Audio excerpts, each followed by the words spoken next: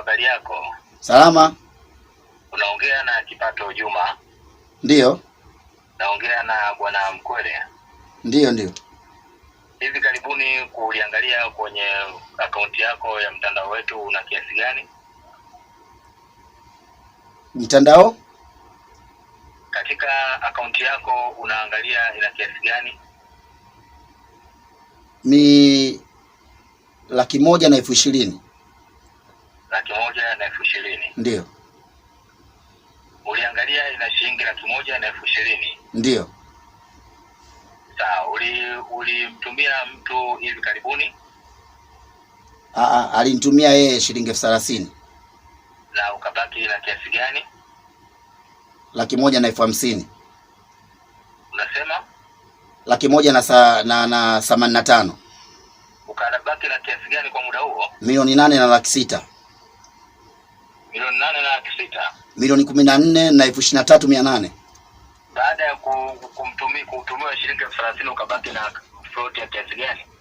5,828,10. Ukabaki na kiasi gani? 10,100. Kwa muda huu na kiasi gani kwenye akaunti yako? 38,500,000 na 250,000. Hivi unajielewa kweli wewe? Nikuulize wewe ulonipigia unajielewa?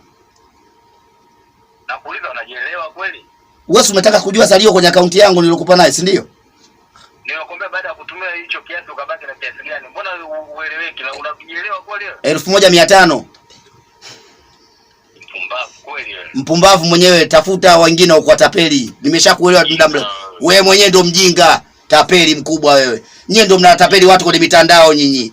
Mnahamisha hela za watu. Unataka utaje akaunti yako na kiasi gani? Wewe kwa nini usitaje wazazi wako?